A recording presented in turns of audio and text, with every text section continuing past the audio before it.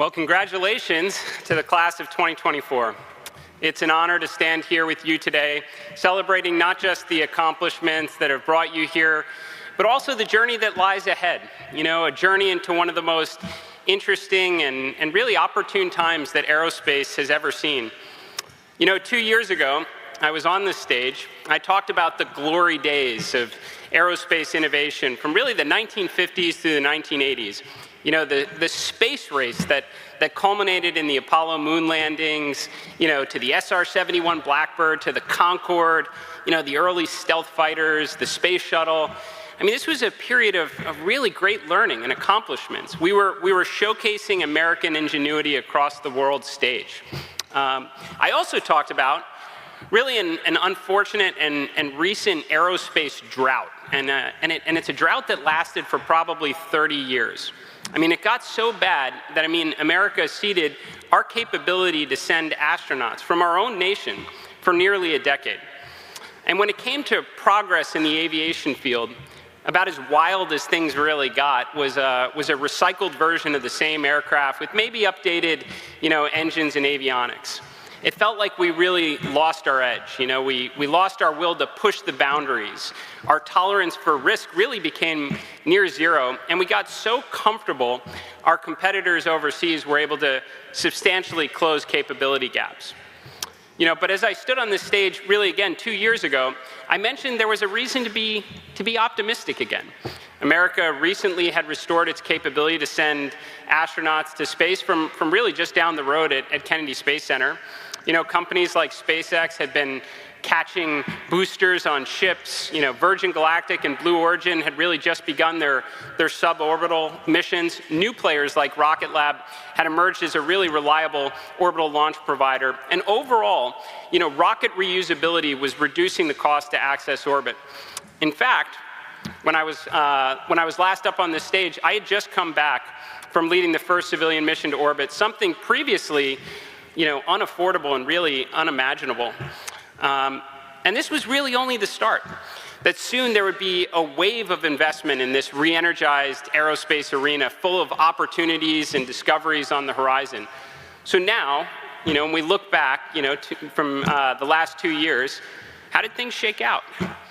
Well, James Webb Telescope went online, which has been just wowing us with incredible views from our solar system to our neighboring galaxies to really views of the oldest part of the universe. I mean, we witnessed a helicopter flying on Mars, you know, sending back incredible footage of where we hope humans will be walking in the not-too-distant future. Starlink satellites are bringing connectivity to disconnected parts of the world, helping in natural disasters and conflict zones, and soon Kuiper and OneWeb satellites will be capable of doing the same things, which is really so important because access to information is really fundamental to solving so many of the world's problems. You know, pale in comparison to all those, I mean, but 3 months ago, I went to space again on Polaris Dawn with an absolutely incredible crew. We were supported by an army of talented engineers and scientists and technicians, and as was mentioned, we went farther into space since the last time humans walked on the moon, and 2 of my crewmates became the women who've journeyed farthest from this planet ever, which is pretty awesome. We tested the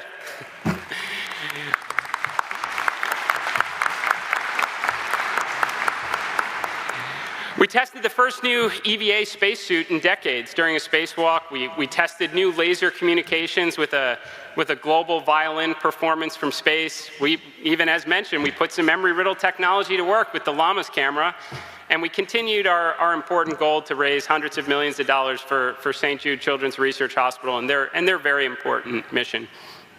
So now, in the short time since we've been back, more history has been made many times over.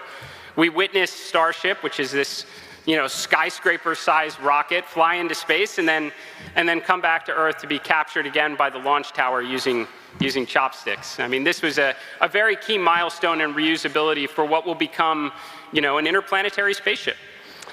This turns traditional spacecraft design completely upside down and changes the game with space-based refueling, which is reducing the cost materially while increasing the mass that can be accelerated to orbital and even escape velocities. I mean, this opens up so many new opportunities for experimentation in orbit and putting humankind on a path to exploring and really unlocking the secrets of the universe. Now, the next day after that launch, NASA launched Europa Clipper. And they launched a probe to investigate Jupiter's moon, Europa, on a mission to seek out life on another celestial body. I mean, this is wild stuff, and it's happening right now.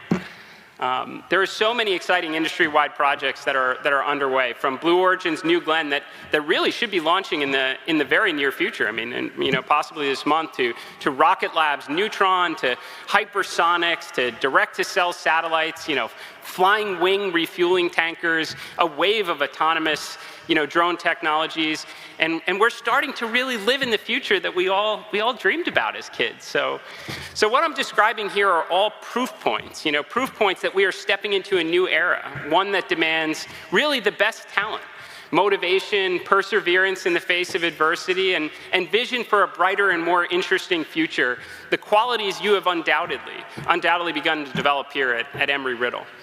And I want to emphasize that with your education, the opportunities and problems to solve do not necessarily have to be among the stars. I mean, it's about taking the knowledge, the skills, and the drive that have brought you to this point and using them to solve enormous problems for the benefit of all humankind, whether you are on or off Spaceship Earth.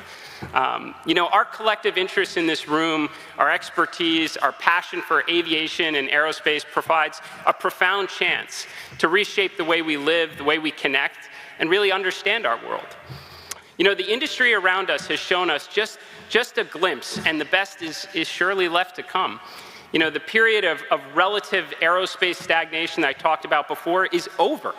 I mean, we can look ahead to a much brighter future. I mean, there's going to be interplanetary spaceships. Heck, there are going to be factories that are making boosters and spaceships, satellites, probes, robots, lasers, space infrastructure. And this is going to happen as fast as we make airplanes today.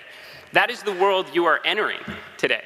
And I can tell you there are so many problems to solve, so many causes to support, so many great adventures to participate in.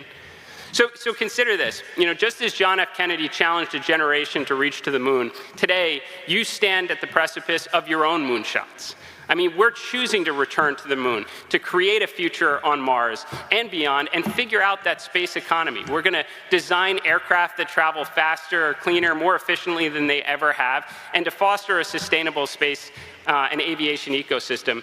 And now it's you who will make these possibilities real, working on and off the planet to create technologies that will carry our civilization across the skies, into space, and into the planets beyond. And along the way, who knows? Maybe answer some of the questions that we've all been thinking about since the beginning of humankind. So now, the path ahead, it's not going to be easy.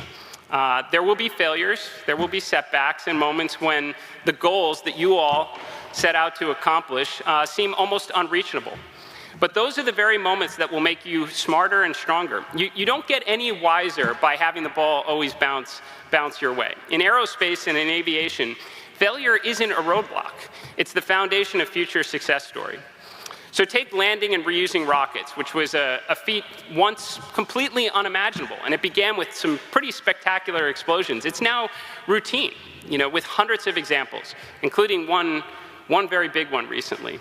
So imagine what this mindset could accomplish in aviation and sustainable energy and in hypersonic and supersonic travel. I mean, these are no longer distant dreams. They're the fields just waiting for pioneers like all of you. So graduates of 2024, you bring what the world needs today. You bring courage, creativity, and passion. Today, you join a legacy of innovators and engineers and scientists and technicians, pilots and astronauts who dared to imagine a future different from the present. But more importantly, you now have the opportunity and the power to be the future that prior generations, they could only watch and dream of in science fiction movies. So class of 2024, go forward, stand tall, let your ambitions be limitless. Reach for the stars and create a better Earth along the way. And Embry-Riddle Eagles, soar higher than you've ever done before. Thank you.